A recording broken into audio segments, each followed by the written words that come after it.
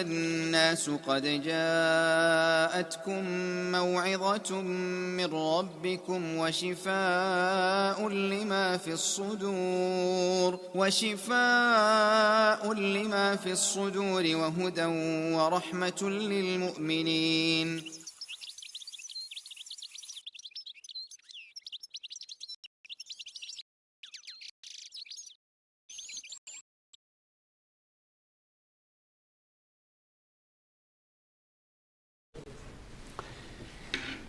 بسم الله الرحمن الرحیم. الحمد لله رب العالمین و صلاة و السلام علی سید الانبیاء والمرسلین حبیبنا محمد و علی آله و صحبه اجمعین. بینندگان عزیز گرامی، السلام علیکم و رحمت الله و برکاته.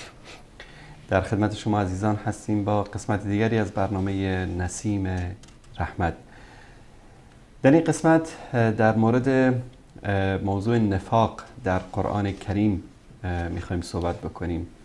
عده‌ای از انسان‌هایی که در هر زمان و در هر مکانی وجود دارند، انسان‌هایی که الله سبحانه و تعالی در قرآن از آنها به عنوان بیمار دلان یاد می‌کند، کسانی که در دل‌های آنها مرض است، در دل‌های آنها بیماری است، بیماری نفاق. اذا لقوا الذين آمنوا قالوا آمنا، وقتی که با مؤمنین روبرو میشن میگویند که ما مسلمانیم، ما مؤمنیم، ما مثل شماییم. و اذا خلوا الى شیاطینهم قالوا انا معكم، وقتی که با شیطانهای خودشان، با منافقین امثال خودشان روبرو شدن میگن که ما با شماییم، ما اینها را مسخره میکنیم. ما در دور و برمان در هر زمان در هر جایی میبینیم انسانهای درویی رو که در ظاهر شکل دیگری خود را وانمود میکنند و باطنشان چیز دیگری است. در رابطه با نفاق و صفات منافقین در قرآن کریم در خدمت جناب حضرت مولانا عبدالسلام عابد هستیم که این موضوع مهم رو انشاءالله امروز با هم موشکافی میکنیم در این برنامه. قبل از همه چیز عرض سلام و ادب دارم خدمت شما جناب مولانا. اهلا و مرحبا بكم. بعد از چند روز غیبت کمک تأخیر شد. الحمد لله و الصلاة و السلام علی رسول الله و علی آله و صحبه اجمعین. سبحانك لا علم لنا الا ما علمتنا انك انت العلیم الحکیم. ربی زدنی علما. استاد بزرگوار، یقینا که بحث بسیار مهمی است و خداوند متعال و لطف کرمش ما و شما را از صفات منافقین محفوظ نگاه بکند. و وقتی که این بحث را آدم میبینه باز سر خود آدم شک میه که ما در کجایش هستیم. و بزرگای ما و شما بسیار زیاد میترسیدن. یکی از تابعین امیفر ابن ملیکه رضی الله عنه و ارضاه میگه ما بیش از 30 نفر اصحاب کرام را در مجالسش نشستیم، ملاقات کردیم. همشان از این میترسیدن که منافق نباشن. امیر المؤمنین حضرت عمر رضی الله عنه او مبارک میدانست که حذیفه ابن الیمان صاحب سر رسول الله صلی الله علیه و سلم است و نامای منافقین پیش از او است. یک روز برش گفت که تو را بس الله سوگند میدم، در مورد لیست نام عمر نیست؟ الله میگه برش گفتم که نه. بسیار زیاد خوش شد. بعد میگه حضرت عمر پرسان میکرد کسی که وفات میکرد که ببین که حذیفه دو جنازه است یا نیست. اگر دو جنازه می بود حضرت امیر المؤمنین هم می آمد، اگر نمی خدا تیر میکرد. ولا تقم علی قبر ولا تصلی علیهم.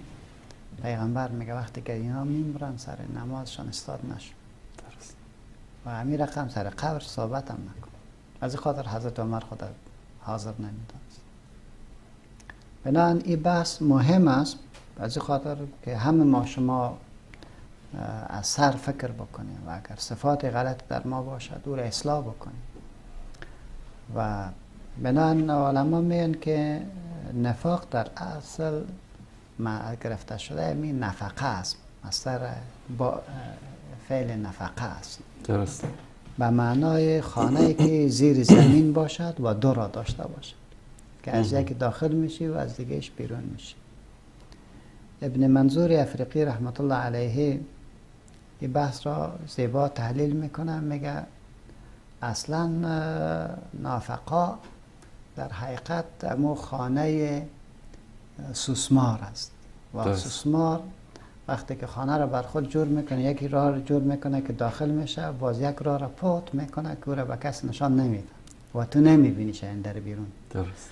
اگر دشمن میگه از طرف ای را بخواه که تهدید بکنه، فورا نزور را باید در بیرون بکشه. بنان با این تحلیل میگه منافق همان شخص است که به تظاهر اسلام وارد سرزمین امت اسلامی و سرزمین و در قطار مسلمان ها و در جمعیت مسلمان ها می شود، ولی از دروازه دیگری به منافقتش بیرون می شود. یعنی اسلام در وقت مناسب. بالکل. بنان میگه همان دخول در اسلام از یک وجه و خروج از آن از وجه دیگری، این است نفاق. امام جرجانی رحمت الله علیه می فرماید که نفاق اظهار ایمان به زبان و کتمان کفر به قلب است. در ظاهر لا اله الا محمد رسول و در اصلش چی است؟ این مسلمان نیست و این تظاهر را به خاطر چی میکنه؟ به خاطر منافع مادیش که باید تثبیت شد. با این اساس علما نفاق را تقسیم کردن به دو دسته بزرگ که یکی را نفاق اعتقادی میگن و دیگری نفاق عملی. نفاق اعتقادی گاه تکذیب پیامبر است. یعنی در ظاهر چی میگه؟ در ظاهر میگه من مسلمان هستم و از طرف دیگر پیامبر چی میکنه؟ پیامبر را نفی میکنه. چی رقم تکذیبش میکنه؟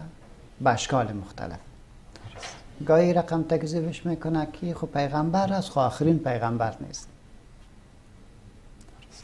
در حقیقت تکذیبش کرد. گاهی بخش از دین از اون منکرش میشد. درست. و میگه که اسلام خوب است، باز میگه اینی چیزش قبول نداره. این یک چیز است. گاهی کینه با پیامبر میکنه، دشمنی با پیامبر. درست. تو زورش میده که چرا محمد باشه. علیه الصلاة والسلام. گاهی کینه با دینش میکنه، دشمنی با دینش میکنه، با اشکال مختلفی کینه را تظاهر میده. گاهی به ضعف مسلمان ها که پیدا میکنن بسیار خوش میشه، خندیش میکنه. از شکست مسلمان ها خوشش میاد. از قوت مسلمان ها حراس داره و او را بد میبینه. جایی که مسلمان قوی شد با چی میگن؟ والا کمک دیگر ها بود. اصلا قدرت و عظمت مسلمان را نمیتونه تحمل کنه، شجاعت مسلمان را نمیتونه تحمل بکنه، قربانی مسلمان را نمیتونه تحمل بکنه. پس این را میگم که کلش در حقیقت مو تظاهر است که از خبث باطنیش سرچشمه میگیرد. نفاق دوم نفاق عملی است. یعنی به این معنا که نفر مسلمان است، ایمان به پیامبر دارد، ولی صفات را از خود تظاهر میدهد که او صفات منافقین است که پیامبر ما علیه السلام ما شما را از او برحذر داشته است. در حدیث مشهور میفرماید که آیت المنافق ثلاث، نشانی یک منافق سی چیز است. اذا حدث کذب، صحبت میکنه دروغ میگه، و اذا وعد اخلف، وقتی که وعده میکنه در خلاف میکنه، و اذا اؤتمن خان، وقتی که امانت بر سپرده میشه در خیانت میکنه. بعد در یک حدیث دیگر میگه اربع من کن فیه کان منافقا خالصا. 4 صفت اگر دو کسی دیده شود منافق خالص است. از نظر عملی دیگه این نفر است. درست. وقتی که وعده میکنه خلاف میکنه، سخن میگه دروغ میگه، امانت بر سپرده میشه در خیانت میکنه. و وقتی که با کسی در جنجال بفته، در ستیز و دشمنی بفته، از حد میگذرد. یعنی چیزایی میگه که نباید یک انسان بگه. دشنام میگوید، توهین میکنه، تهمت میبنده، آواز خود قبلا میکنه که کلگی باید خبر شد، در حالی که گپ کلان نیست. از جیغ میزنه. اینا چی است که در حقیقت تعلق میگیره به بعد عملی نفاق. پس اعتقادیش خو پسان سرش میام که قرآن کریم او رو چگونه به ما معرفی میکنه.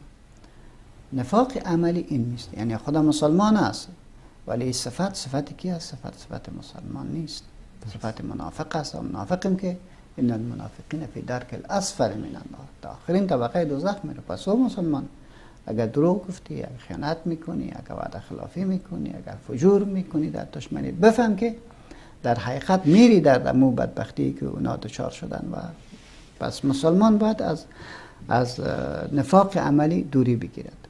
درست. این نفاق چه وقت نشأت گرفت؟ یعنی در حقیقت چرا یک نفر تظاهر به اسلام بکنه و در حقیقت در دلش ایمان نباشه؟ در مکه ضرورت نبود که کسی منافق پیدا شد، زیرا دشمن قوی بود، مسلمان ها ضعیف بودن و به اسلام دشمنی علنی میکرد. در مدینه منوره ای پدیده پیدا شد. علتش هم وقتی که اسلام قوی شد، وقتی که در مدینه اسلام قوی شد، بعد از اون کسایی که چوکیش در خطر بود اونها شروع کردن به تبلیغات. عبدالله ابن ابی سلول ای از قبیله خزرج است، پدرش که بود سردار هر دو قبیله بود، از اوس خزرج. درست. آدم فصیح و آدم بسیار تیز و آدم بسیار عجیبی بود. قبل از آمدن رسول علیه السلام اتفاق هر دو قبیله به شده بود که ما همین سرداری و پادشاهی را به این میده و این کلان ما باشد. وقتی که رسول علیه السلام تشریف آورد، طبیعی که این سیادت قدرت رفت به رسول علیه السلام و مردم حل مشکلش رو در اوجه حل میکنن. این دشمنی بیکار شد. همون بود که دیگه منافقت رو شروع کرد. در ظاهر چون قوم کلش رفته بود مسلمان شده، کسی دیگه و سیادت پیش مسلمان ها بود. مسلمان ها قدرتش بسیار قوی بودن از هر لحاظ، خصوصا بعد از جنگ غزوه بدر دیگه باز کاملا یک شیء عوض شده. اینا دیگه تظاهر به اسلام میکردن ولی خنجر را علیه اسلام میزدن. از این خاطر است که در قرآن کریم در حدود 9 سوره هست که جایش خالی نیست مگری که در اوجا وصف منافق را ذکر کرد، به شکلی از اشکال ذکرش کرد، خصوصا در سوره توبه، در سوره بقره. و از بس که موضوع مهم است مستقل یک سوره آمد به نام سوره منافقون. در اوجا تعبیر عجیبی هم از اونها میکند که بسیار جالب است.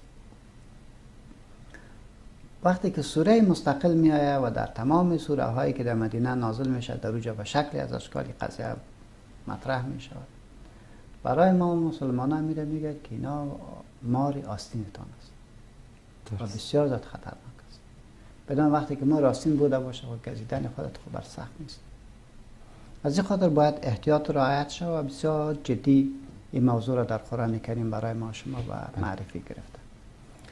ما تا یک چند صفت از اینا را از قرآن کریم جمع کردم، نه به معنای که کل قضیه را جمع کرده باشم. درست. یک چند صفت از اینها را از قرآن کریم گرفتم. یکی از صفات منافقین همان چل و نیرنگشان است. همیشه چل میرن، همیشه نیرنگ میکنن، همیشه با راستی با تو تعامل نمیکنن.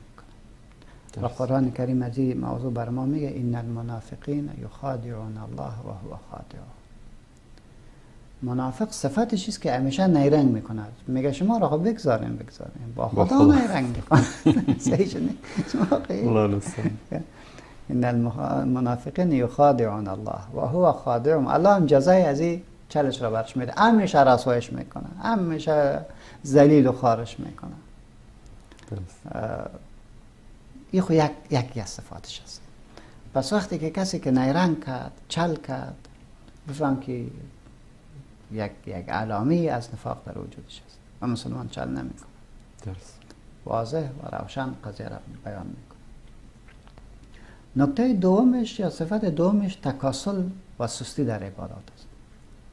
همین نماز قصر سخت تمام میشه، اقا سخت تمام میشه که تو 10 سیر بار در پشتش بته آسان میبره، ولی برش میگه که تشنه باری اگه دستروی در بشه نماز بخوانیم سبحان الله چقدر سخت سرش تمام میشه. و این ما با چشم سر خود دیدیم، شما باور بکنید.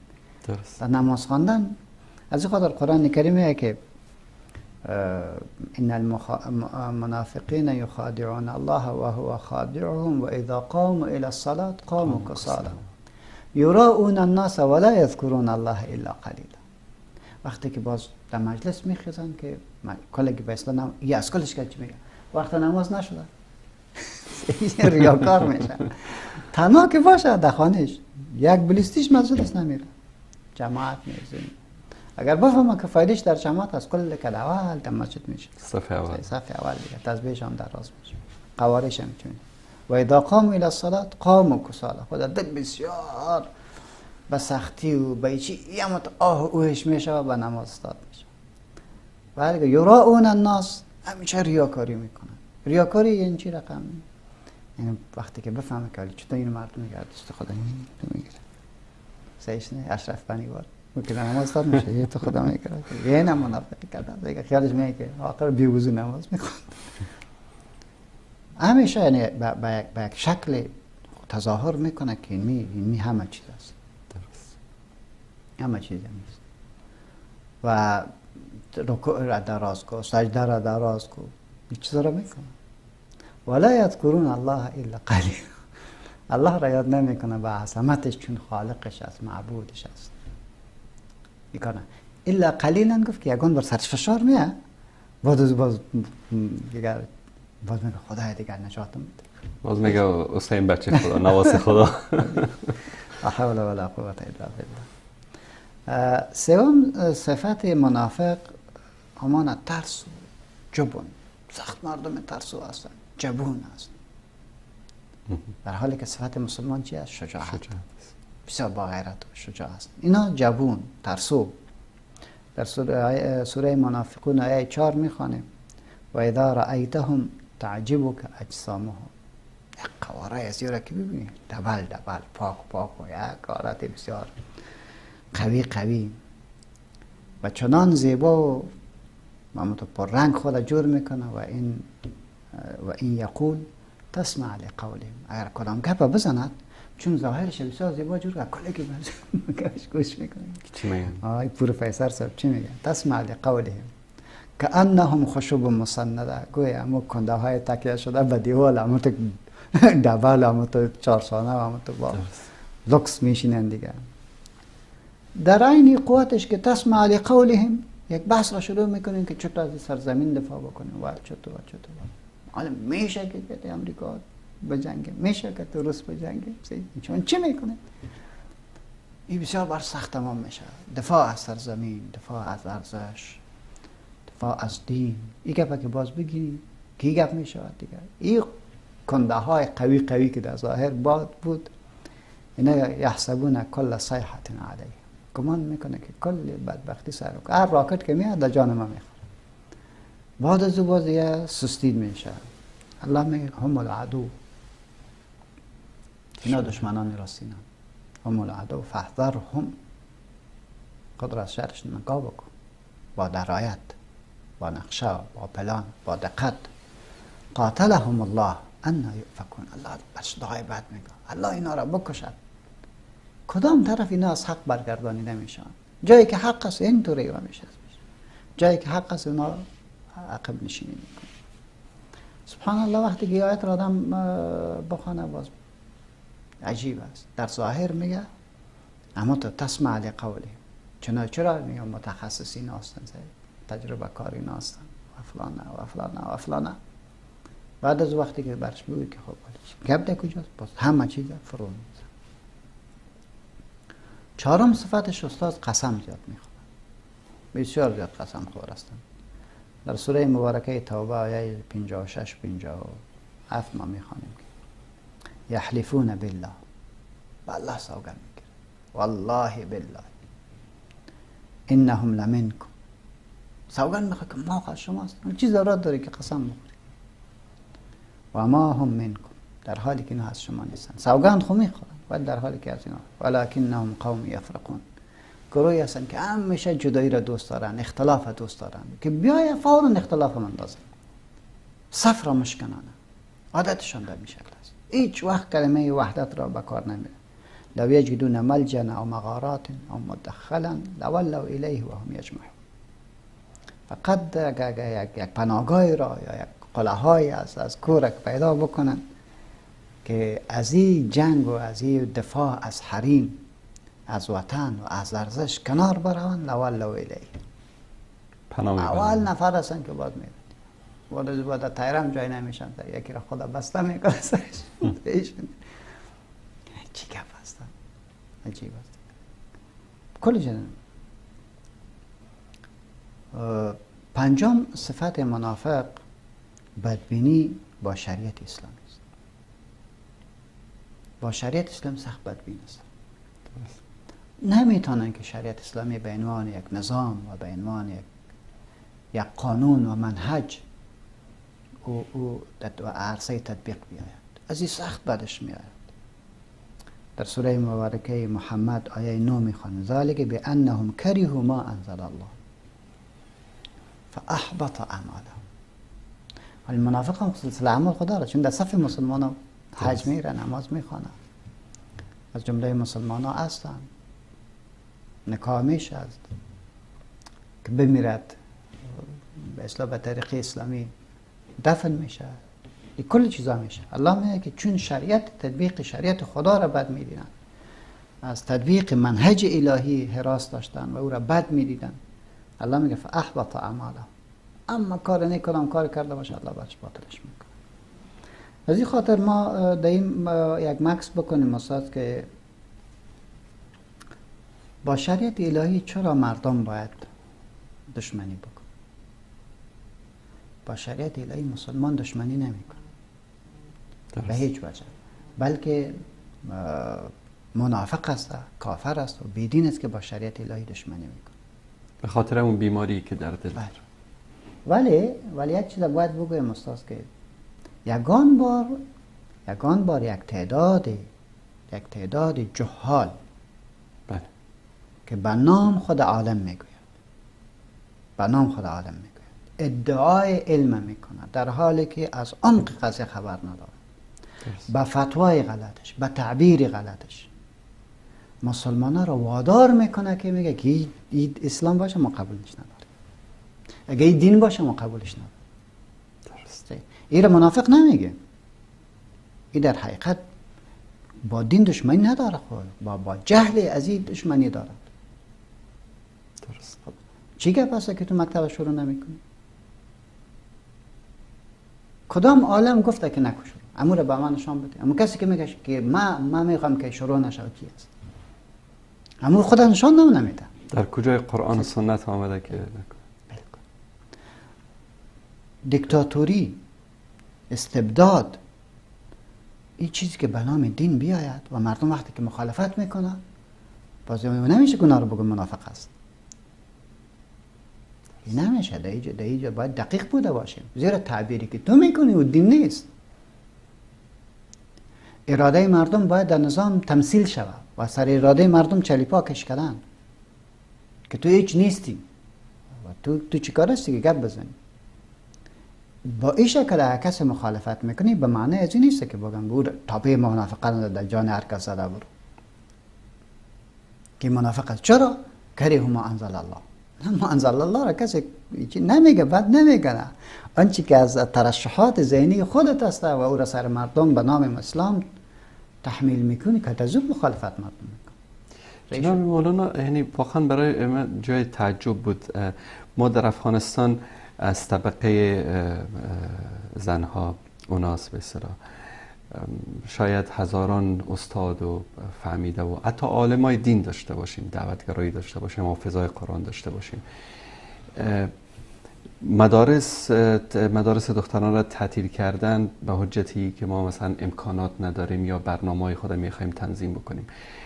برای من جای تعجب بود. رسول الله صلی الله علیه و سلم در اسرایی را که در غزوه بدر اسیر میشن، کافر هستن، مشرک هستن، بت پرست هستن، اونایی که فدیه ندارن، فدیه اونا رو قرار میده که به 3 نفر مسلمان ها یا به 10 نفر از مسلمان ها خواندن و نوشتن یاد بدن، بعد از او آزادشان میکنن. یعنی به این معنی که امروز مثلا ما یک 10 نفر اسیر آمریکایی داشته باشیم، بگیم شرط آزادی شما این است که به 10 نفر از افغان‌ها خواندن و نوشتن یاد بدید. یعنی ببینیم او صدر اسلام، او دید رسول الله صلی الله علیه وسلم، او دید باز اسلام نسبت به تعلیم و تعلم و کوتاه‌فکری که در این زمان وجود داره در بین بعضی. وقتی که برش بگه که خانمت مریض شده پیش دکتر مرد بره، نه زن نیست. کجاست اون زنی که تو به درسش نمیمانی و مانعش شدی؟ درست. صبح در کجا باید بخونه؟ هوایی در پانتون میره؟ میرسن که آستا به متر میرسن. استاد یک تجربه رو برات عرض بکنم. من در دارالعلوم خواهرا جور کردم. در او دارالعلوم خواهرا در حدود 360 چند نفر فارغ شدن. الحمدلله. ماشاءالله. ما عین نصاب تعلیمی بچه‌ها را سرش تطبیق کردیم. خلاف تجربه پاکستان. در تجربه پاکستان نصاب تعلیمی خواهرا را ضعیف کرده بودن. درست. ما عین شایی که از بچه‌ها میخوانه اونو را تطبیق کردم. باور به خدا بکن. از او خواهرای ما بدهایش فعلا ماستری گرفتن. یکی هم نه، بدها. از نظر فهم، از نظر استدلال، از نظر قوت علمی، از نظر دعوت، همه چیز هستن. علی را کوچک فکر میکنی؟ علم تنها از تو هست جناب علی. هدف این بود استاد که تو کار نکنیم که هر کس که مخالفت نظر یک کسی را میکنه، مخالفت دیکتاتوری میکنه، مخالفت استبداد میکنه، مخالفت با تحجر میکنه، اون نامشه باز منافق نمانه.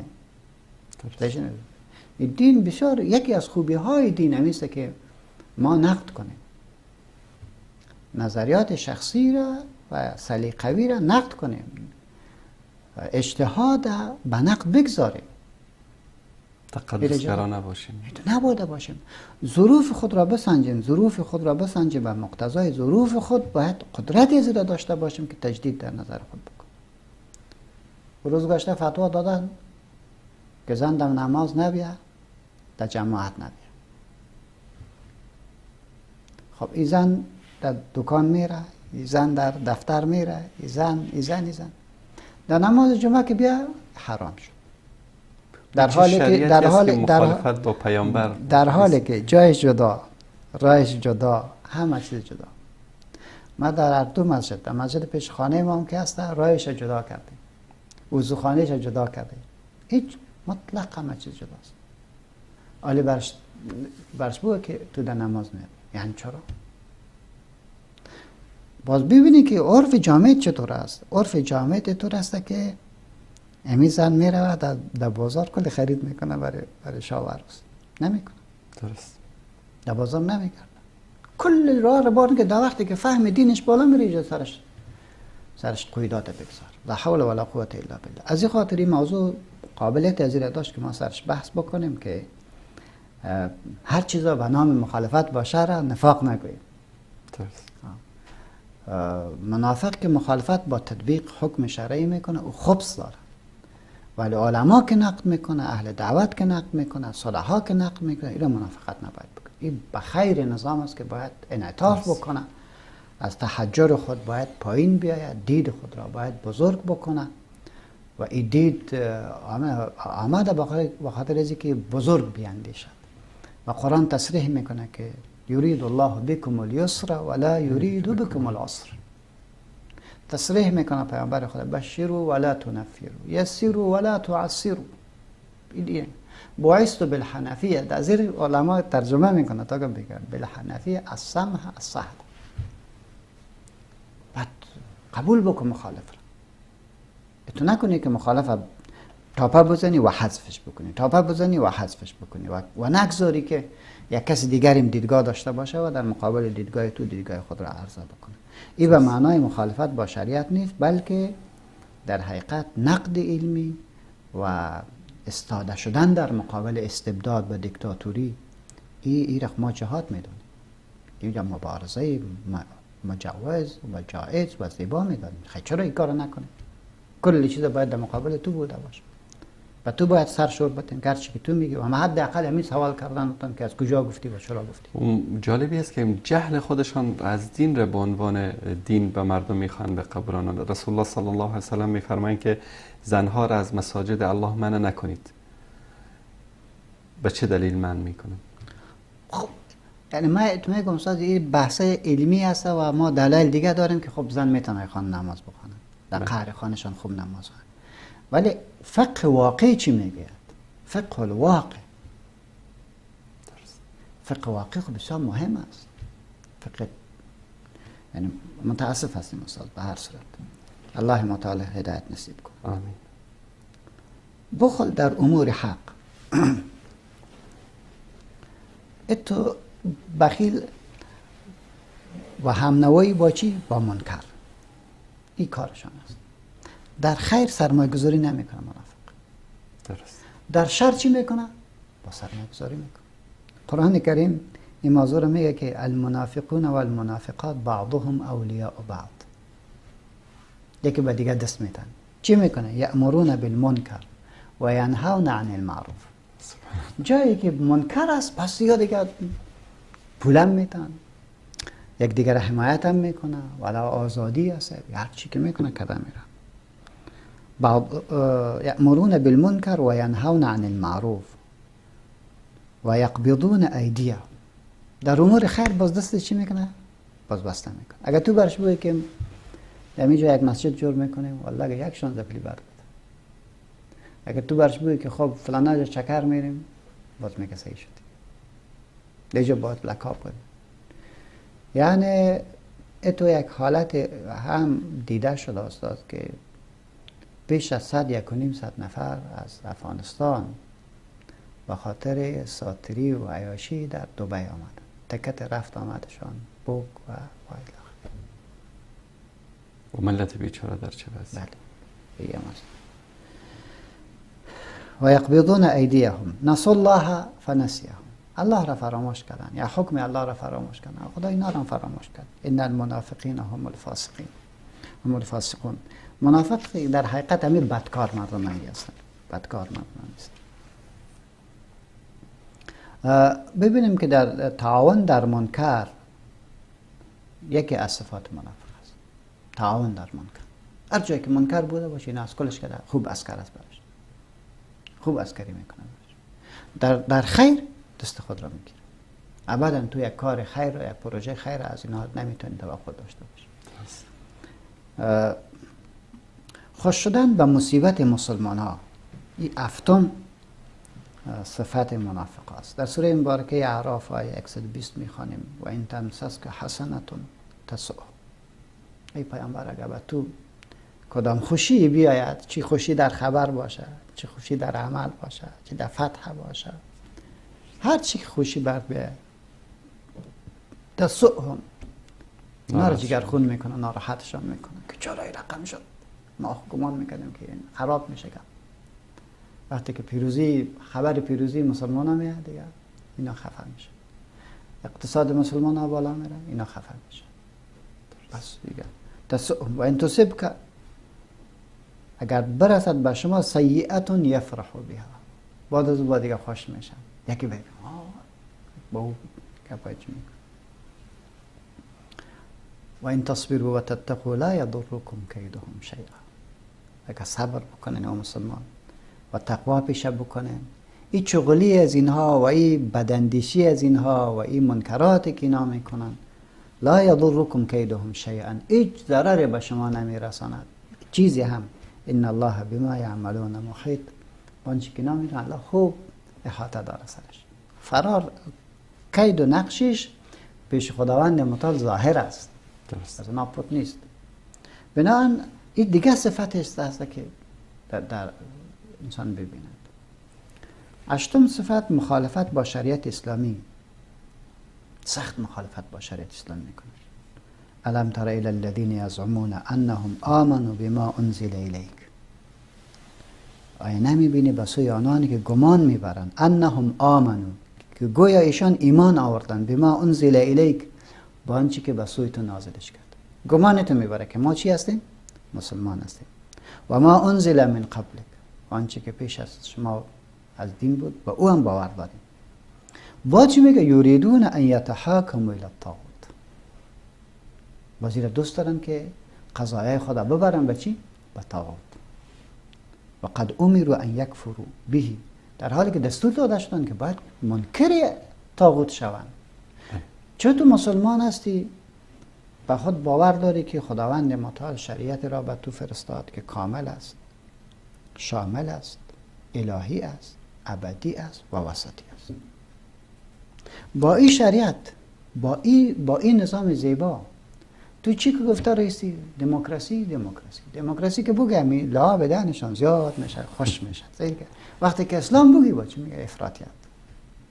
پرسانش بکنی که کدام خوبی در دموکراسی است که ما در اسلام نداریم، امور خب بر ما بگو. امور خب بر ما بگو. باز هم تأکید ما همیسته که مخالفت با شریعت اسلامی یکی از صفات منافق است. ولی کار مسلمان نکنه که مردم به زور بگه که همین دموکراسی خوب است. والله ما بسیار زیاد میترسم که خدایا اللهم ربنا لا تجعلنا فتنة للقوم الظالمین. خدایا ما را وسیله گمراه قرار نده که ما از دین اتو یک بابا جور بکنیم. این دین زیبا، این دین مقبول، این دین سلیس، این دینی که چی عجیب تعبیر رسول الله صلی الله علیه و آله میکنه. یک جا میفرمایه میگه خذوا عنی مناسککم. حج که میری از ما بگیریم. یک نفر برش میگه که صاحب ما خواهی تو اشتباه کردم تو شد. پس نمیگه که اثر شروع کو، که اتو بکو. میگه پیش برو. افعل ولا حرج.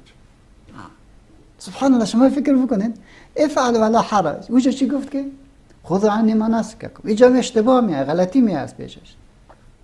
باز میگه که افعل ولا حرج. در نماز اشتباه میکنی، غلطی میکنی، سجده سهو بکن. در روزه برمیگه که رفع عن الامه الخطأ و النسیان ما استکره علیه. این زیبایی کلان دینه که آدم میبینه، بعد از باید یک تعداد بخزنی دین رو یک چیز جور بکنه که همون قصه چی شوه، قصه همون کوچی شوه. میگه در مسجد آمده بود، باز کدام مولوی صاحب تشریح میکرد همون پل صراط که گفت داخل گفته بود یه را گمان نکنه که تو بری یا ما برو. دیگه این رفتن خونه میشه، یه ممکن نیست. ولی از این دین اتو یک چیز جور نکنیم که مردم بگه که توبه ما بوده باشه. این چی رقم دین است که به تعلیم مرا نمیمونه، این چی رقم دین است که به گفتار مرا نمیمونه، این چی رقم دین است که نظر خودم من گفته نمیتونم. در هر چی در فرق مزده میری. یعنی چی؟ یعنی ما را خداوند متعال وسیله فابریکه منافق جور کردن جور نکنه. درست. که ما مردم به زور منافق بکنیم، با شریعت خدا دشمنی بکنیم. دیگه که نام شریعت خدا را بگیریم، باز برات میگه که صاحب علی رسلک دیگه گپ بر ما نزن. مثل که مجاهدین کردن در افغانستان. قامت شدیم دیگه. ولی مردم از اسم مجاهد متنفر است. بله. بسیار زیاد خطرناک است. جناب مولانا اگر اجازه شما باشه یک میان برنامه کوتاه ببینیم. خوب است. یک میان برنامه کوتاه میبینیم و بعد از اون دوباره در خدمت شما عزیزان خواهیم بود با نسیم رحمت. موضوع برنامه ما صفات منافقین در قرآن کریم. با ما همراه باشید.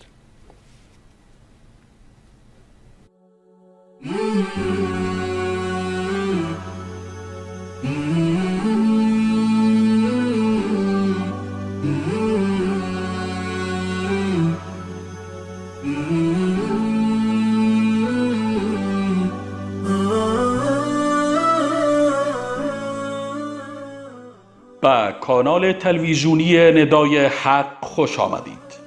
اگر تا کنون عضو کانال ما نشده اید لطفاً کانال ما را سابسکرایب نموده و دکمه زنگوله را فشار دهید تا از جدیدترین ویدیوهای جالب ما مطلع گردید. فراموش نکنید که با عضویت در کانال ندای حق و نشر و اشتراک گذاری ویدیوهای ما شما هم در مسیر دعوت با ما همکار می گردید.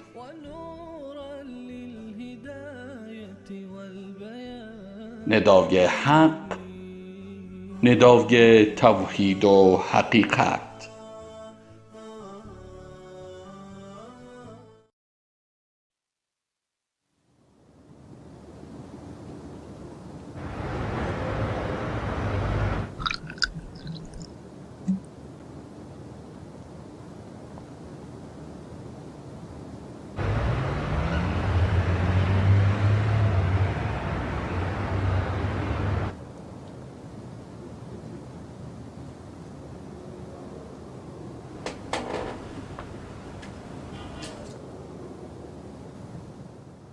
أياما معدودات فمن كان منكم مريضا أو على سفر فعدة من أيام أخر وعلى الذين يطيقونه فدية طعام مسكين فمن تطوع خيرا فهو خير له وأن تصوموا خير لكم إن كنتم تعلمون.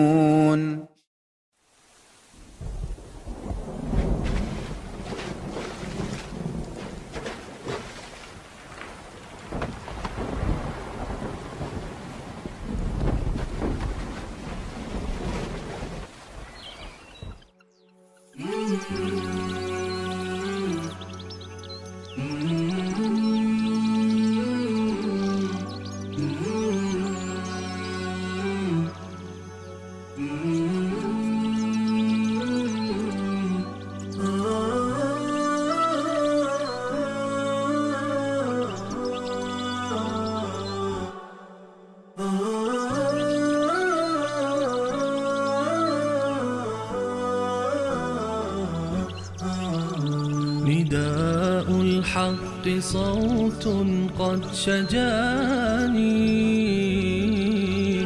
وبلغني الحقيقة والأماني وكان لي السبيل إلى المعالي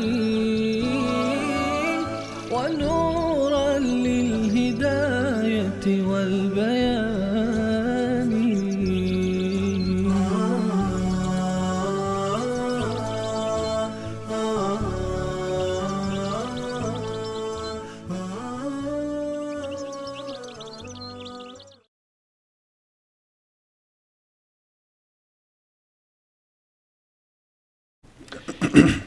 بسم الله الرحمن الرحیم. با سلامی دوباره خدمت شما عزیزان در برنامه نسیم رحمت با جناب حضرت مولانا عبدالسلام عابد هستیم و صفات منافقین در قرآن کریم موضوع برنامه ماست. قبل از این میان برنامه یک سری صفاتی رو جناب حضرت مولانا بیان کردن که منافقین انسان‌های بیمار دل هستند، انسان‌های مکار و فریبکار هستند و عذاب درناک الهی برای منافقین است و در پایین ترین طبقه جهنم هستند. الله سبحانه و تعالی اونها را به عنوان دشمن یاد می کند که اینها دشمنان حقیقی هستند. الله متعال نفرین می کند، قاتلهم الله، الله اونها را بکشد. انسان هایی هستند که دائما قسم می خورند به خاطر اثبات دروغ های خودشان، دچار حبط اعمال میشن، اعمالشان در نزد الله سبحانه و تعالی ارزشی ندارد. بخل، بخیل بودن یکی از صفات منافقین است و همکار در فجور و فسق و فساد هستند و در اعمال خیر و در اعمال نیک همکاری نمی کنند، یکی از صفات دیگرشان. و همچنین دین ستیزی و دشمنی با شریعت اسلامی یکی دیگر از صفات منافقین است. جناب حضرت مولانا یقینا عذاب هایی که برای منافقین ذکر شده در قرآن کریم برای کفار ذکر نشده. به این اندازه شدید است، یعنی چون ضررش بیشتر است. درست، ضرر منافق از کافر بیشتر، بسیار زیاد است. استاد نهایه قبلی را کمک سرش پس مرور بکن تکمیل شود. بفرمایید. الله میفرماید الم تر الی الذین یزعمون انهم آمنوا. پس آنها ندیدی که ادعای چی را میکنن؟ ادعای ما مسلمان هستیم. گمان میکنن که ما مسلمان هستیم. ولی صفات مسلمان را و مسئولیت مسلمان را به شانه خود نمیگیرند. درست. وقتی که میگم ایمان آوردیم به قرآن و ایمان آوردیم به کل شرایع من قبلنا. درست. یریدون ان یتحاکموا الی الطاغوت. بعد از او دلش طاقت به شریعت کامل و شامل نمیکنه، باز میخوان که به طرف طاغوت قضایا را ببرد. و قد امروا ان یکفروا به، در حالی که دستور داده شده که انکار طاغوت بکنن. طاغوت خود ظلم میکنن، طاغوت جنایت میکنن. و یرید الشیطان ان یضلهم ضلالا بعیدا. شیطان در جوار از این هاست، میخواد که اینا را سخت به طرف گمراهی و تباهی بکشاند. این کارشان است. و اذا قیل لهم تعالوا الی ما انزل الله و الی الرسول، وقتی برش گفته شد که حکمیت از کتاب و سنت. ما تو اختلاف داریم؟ درست. بله اختلاف داریم، پس یک مرجع خو باید حل کنن. خب مرجع چی است؟ مرجع کتاب الله و سنت رسول الله صلی الله علیه و سلم. پس بیاین که به او برگردیم. در این وقت است که رأیت المنافقین یصدون عنک صدودا. بانگیری شروع میشه. و دیگه چل و مل میکنن که چطور شد که چطور شد، میره پشتر. اگر ما بریم به طرف ازی که برش گفته شود که من مسلمان هستم، باور به این چیز دارم، این دین کامل است، شامل است، ابدی است، الهی است و وسطی است. درست. برش بگه تو سر امین رقم باور داری نداری؟ گپ خلاص دیگه، پشت از این نگردم که دیگه گپا رکتش بزنیم. به کمال دین باور داری نداری؟ گفت که بله، خیلی پس بیان که همین چی فیصله میکنم. هر چی که فیصله کردم درست است. برش گفته شد و نگذاریم که منافق زیاد کنیم. یعنی ما باید پروژه تولیدی منافقی نشویم، بلکه ما باید نفاق کم کنیم. زیرا منافق که از پشت منافعش میگرده. منافع مادیش تکر خورده عقده میگیره، منافع سیاسیش تکر خورده عقده میگیره، منافع اجتماعیش تکر خورده عقده میگیره. بنان حکومت اسلامی مکلفیت از داره که اورج نفاق پایین بیارد. به چی بیاره؟ به عدالت. اتو یک نظام جور کنه که ممثل همه مردم باشه. درست. تا نفاق کم شود. پروژه ها را با عادلانه به تمام مردم تقسیم بکنه تا نفاق کم شود، عقده کم شود. احترام گذاشته شود به آرای مردم، احترام گذاشته شود به عرف رواج مقبول مردم، احترام گذاشته شود به عنعنات مردم. ما کار نکنیم که هر چیز مداخله کرده بریم. درست. اگر زیاد مداخله کردیم در حقیقت اما تعبیر قرآنی را زیر پای میکنه. قرآن کریم بر ما تسلیم میکنه، میگه ببین وقتی که آیات الهی نازل میشه شما پرسان نکنین. چرا پرسان نکنین؟ میگه قیدت میکنه. بگذار که سوال چی بوده و امی ساحه کلام باشه. یک عالم یک رقم اجتهاد کنه، عالم دیگر رقم اجتهاد کنه، تا آزادی مردم محفوظ بوده باشه، قیودات نبی اثرش. از خاطر است که حضرت امیرالمؤمنین بعد از اینکه خانه مردکه داخل شد و او فرماندش که ما یک خطا کردیم، تو چندین خطا کردیم. از او بعد دیگه حضرت امیرالمؤمنین در کوچه نگشت، بند کرد خدا. پشت خانه مردم نگشت تو باز چی میکنه، دیگه بند کرد. مردم را به الله واگذار کنیم. اگر ما عدالت را آوردیم استاد، ما امن را آوردیم، ما شرح صدر داشتیم با قبول نظریات مخالف خود، باور بکنین که نفاق کم میکنه، بسیار کمش میکنه. اگر خدا نخواسته ما نظریات شخصی خود را کن نست تعبیر کردیم، اجتهاد فقهای ما را کن نست تعبیر کردیم، اجازه ندادیم برای حریت فکر و آزادی بیان و آزادی تعبیر، اجازه ندادیم برای که یک سوال بکنه که با تو اینی چیز است چرا من ندارم، امی اجازه را سرش بند کردیم. در حقیقت ما بزرگ مردم را منافق کرده است. در حقیقت ما پروژه میشیم که منافق تولید میکنیم. جناب مولانا خیلی جالب است، مثلا در بعضی مجتمعات، بعضی کشورها کلا شما وارد میشین یک کسی را که میبینین ریشدار هست، یعنی یقین 100% پیدا میکنید که این انسان آدم مستقیم است، آدم دیندار است. چون در اون جامعه علامت انسانهای دینداری است که ریش دارن. و متاسفانه در کشور ما همطور که در دهه 90 که متاسفانه در امارات اول صورت گرفت، همه مردم به اجبار ریش گذاشتن. کمونیست هم ریش گذاشت، کافر هم ریش، هندو هم ریش، مسیحی هم ریش، همه ریش داشتن. یعنی فرق کرده نمیشد که این دیندار است یا بی دین است، این منافق است یا مؤمن است. یعنی ما یک اجتماع کلان داریم.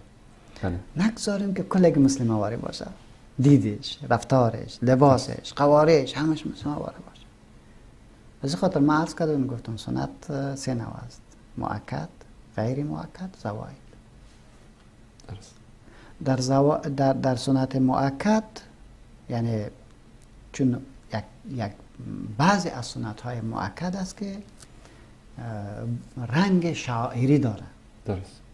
اگرچه سنت است، خود چون به شعار مؤمن تبدیل شده، به شعار مسلمان تبدیل شده، ما برای یک قوم اجازه نمیدیم که با زور حذف بکنه ولو که سنت است. مثلا آذان. درست. آذان سنت است، ولی وقتی یک قریه بگه که امیر نمیکنیم به خاطر که اولادای ما را از خواب بلند میکنه، اجازه نمیدیم، او رو سرش تطبیق میکنه، خوش باشن خفه باشن. سنت مؤکد که فردی شد، ما که غرض نمیگیریم، اجازه نداریم که تحمیل کنیم سرش، این کار ما نیست. بعد میریم به سنت غیر مؤکد که فرق سنت غیر مؤکد است که ما زمینه سازی برای تطبیقش بکنیم من حیث یک حکومت، ولی اجبار کرده نمیتونیم. به طور مثال در سنت های غیر مؤکد وقتی که اخبار گفته میشه، باز نطاق بگه که فردا دوشنبه است و رسول علیه السلام روزه میگیره. چیزی با خود بود که ما شما هم فردا روزه میگیریم. زیبا نیست؟ دیگه قضیه روار بار. بعد حکومت چی کار کنه؟ در مساجد کلان یک دسترخوان همت میفرده، درجه او خورما و باز چیزها رو میمونه. برادرایی که روزه گرفتن بیاین، یا پرسان نکوی که نگرده کنه، رواج بتن. باز میبینی که آستا چی میکنه؟ یه رواج پیدا میکنه و استحکام پیدا میکنه. در سنت های زواید ما تلاش میکنیم که زندهش بکنیم، ولی ابدا کار نمیکنیم که سر مردم تحمیل شد. بنابراین خود حاکم وقتی که سنت زواید را تطبیق بکنه بدون چون چرا دیگر را تطبیق میکنه. درست. دیگر مردم که اصلا مقلد هستن، مقلد محض کلانایشون، و خود به خود میگه ضرور نیست که تفرقی داده کنه. استاد نوم صفت منافق شک است. میشه شکاک. فی قلوبهم مرض فزادهم الله مرضا. شک میکنه. آیا تو که برش بگی که یه حکم خداست، با چی میگه؟ خب تو باش که از یک مولوی دیگه پرسان بده. رای دیگه مذاهب چی هست؟ حتی چی هست؟ ما فکر برای خدا آقا این حکم خداست که برات گفتم. شک میکنه در دین. میگه آقا میشه که خداوند متعال تو بگوید. خب چی بگوید؟ حالا چطور میشه که یک ماه چیزی نخوریم؟ حالا میشه که چی شود؟ بس امیر رقم در جماعت، امیر رقم در حج، امیر رقم در کل برنامه های دین. شک میکن. دوام صفتشون اظهار صلاح و اخفای فساد. ظاهرا خدا دیگه خوب به چی میکنه؟ منظم میکنه. و اذا قیل لهم لا تفسدوا في الارض قالوا انما نحن مصلحون.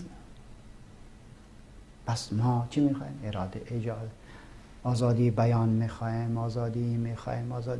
ما جامعه مدنی هستیم. جامعه مدنی است. این مدنیت رو برمی‌داره. وقتی که میگه خوب است این مدنیت رو ما هم قبول داریم، آزادی بیان ما هم قبول داریم، آزادی عمل ما هم قبول داریم، این خوبی هاست، باید بیاید، ولی نباید کار شود که فساد بیاید، فساد اختلاط بیاید که به اساسش اولادای ناپسند رو در جامعه تقدیم میکنه. اختلاطی بیاید که آبرو و عزت خانواده ها ربوده شد. این کار نکنین دیگه. سود را توسعه نبخشین دیگه. ظلم نکنین.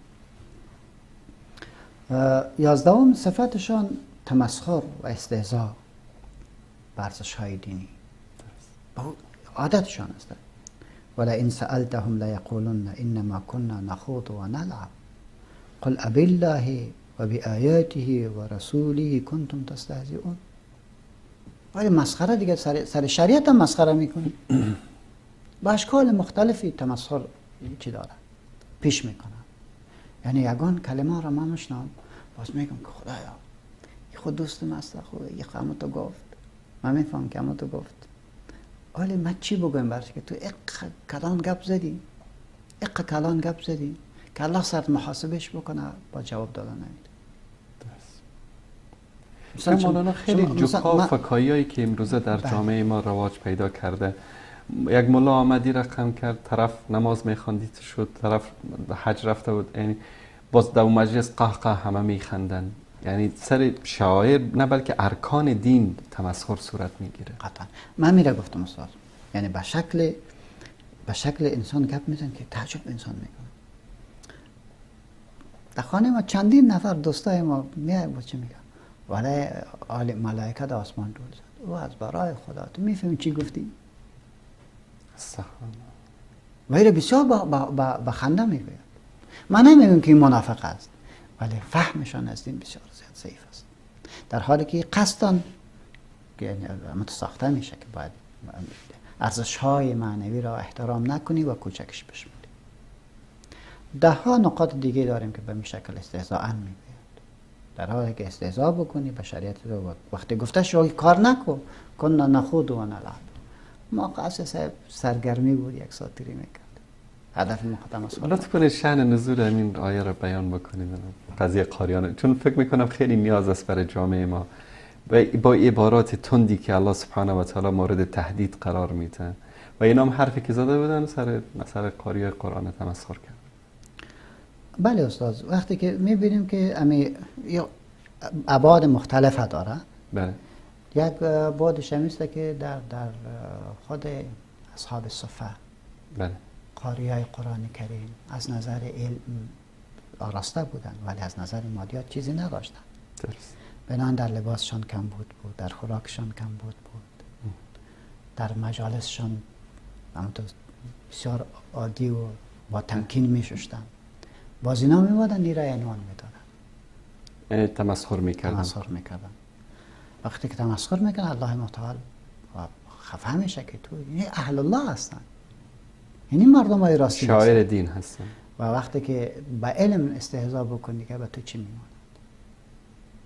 با کتاب الله استهزاء بکنی به تو دیگه چی میماند؟ وقتی که تهدید میشد باز میگه که کنا نخوض و نلعب. خواست صادق، یعنی در داور است استاد متاسفانه. و اذا قیل لهم آمنوا کما آمن الناس قالوا انؤمن کما آمن السفهاء. این مردم بیخردی یا چی کاری کردن دیگه، تو برو دیگه دم سر کلش استهزاء بکن. متاسفانه الله متعال ما شما را نگاه بکنه و خداوند متعال خیر نصیب ما شما بکنه. استاد 13 که آخری چی است؟ صفت است نشر اکاذیب.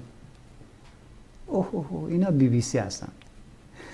تو نشر پر هستن در فیسبوک در این زمانه. بالکل همین کارشان است. و اذا جاءهم امر من الامن او الخوف اضاعوا به.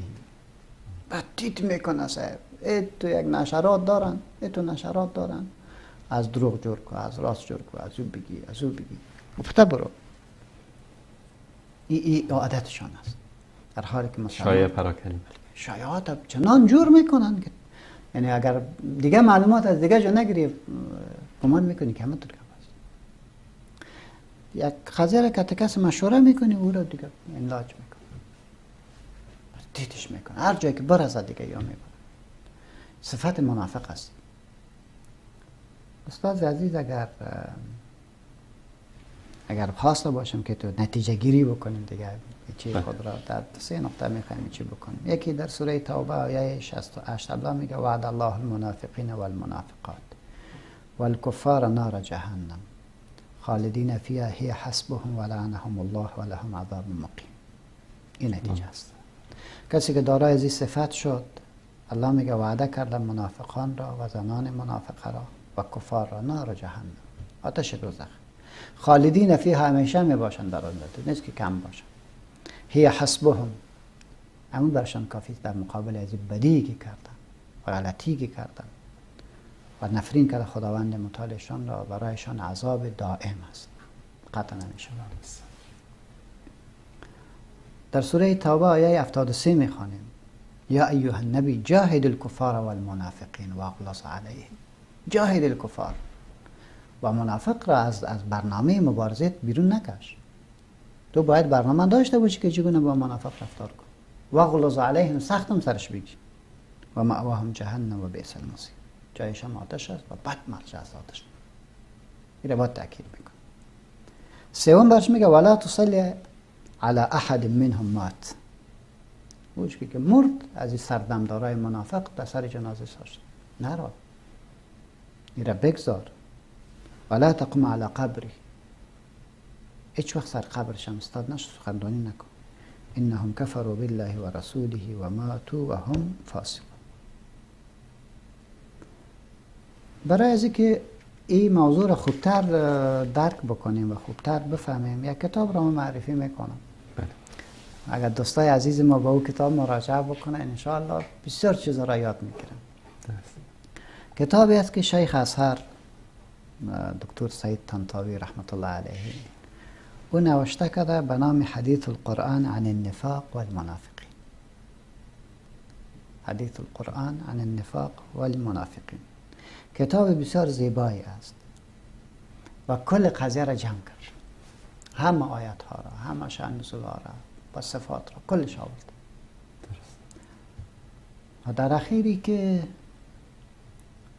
این صفات منافق بود. درست. خطرناکشه که ما را پیامبر گفت که نشانی منافق 3 است: دروغ میگوید، وعده خلافی میکند، خیانت. و چهارمش اگر بگیریم وقتی که جنگ میکنه با کسی از حد مگذره.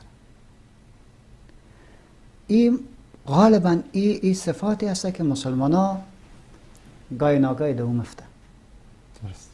از این 4 دانه را خب به کلی خود را جمع کنه که بسیار خطرناک است. اگر این 4 صفت در وجود کسی آمد، این 13 صفت دیگه میراست است، دیگه دروازه باز شد. درست. پس مسلمان باید بفهمد که اگر دروغ گفتی، این دروغ داستایی که یک وقت میره که به پیغمبرم دروغ بگه، به خدا هم دروغ. یعنی نفاق عملی منجر به نفاق اعتقادی میشه. بلکل.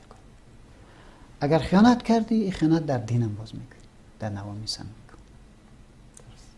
اگر وعده خلافه کردی، اما تو وعده خلافی در رابطه به که خدایا در مقابل سختی که ما میکشیم با ما خدا چیز خواهد داد؟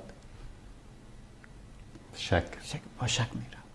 یعنی این 4 صفت به اندازه خطرناک است که این 13 صفت را در حقیقت خوب بستر واقعی را جور میکند و اساسا کان منافقا خالصا، باز بیخی منافق میشه، باز از ارزشات دور میشه، دین بدش میاد، از اسلام بدش میاد، از فسق و فجور خوشش میاد، از ذکر الله بدش میاد، از اقامه نماز بدش میاد، از روزه بدش میاد، از زکات بدش میاد، از شعائر دین بدش میاد. خداوند متعال ما شما را محفوظ نگاه بکنه و با لطف کرمش خدایا در ما اگر صفات منافق بوده باشه، یا الله تو ذاتی هستی که میتونی از پیش ما دورش بکنی و ما ضعف خود را یا الله با تو پیشکش میکنیم، بیچارگی خود با تو یا الله پیشکش میکنیم، اعتراف میکنیم یا الله با گناه ما مبین و ما را از جمله منافقین مگردان. صفات منافق را یا الله از زندگی ما دور بگردان. توفیق صلاح را نصیب ما بگردان. در این جامعه که پر از فتنه است، پر از آشوب است، یا الله ما را نگاه بکن و توفیق خیر را نصیب ما بگردان. و جزاکم الله خیر. بارک الله فیکم. تشکر میکنم از شما جناب عزیز مولانا، الله متعال احسان کنه. و تشکر ویژه از شما عزیزان که تا این لحظه بیننده برنامه ما بودید با موضوع صفات منافقین در قرآن کریم در برنامه نسیم رحمت با شما عزیزان بودیم. انشاءالله فردا باز هم با موضوع جدید در خدمت شما عزیزان خواهیم بود. تا اون موقع همه شما را به الله متعال میسپارم. الله یار و نگهدارتان باد و صلی الله علی سیدنا و حبیبنا محمد و علی آله و صحبه اجمعین. السلام علیکم و رحمت الله و برکاته.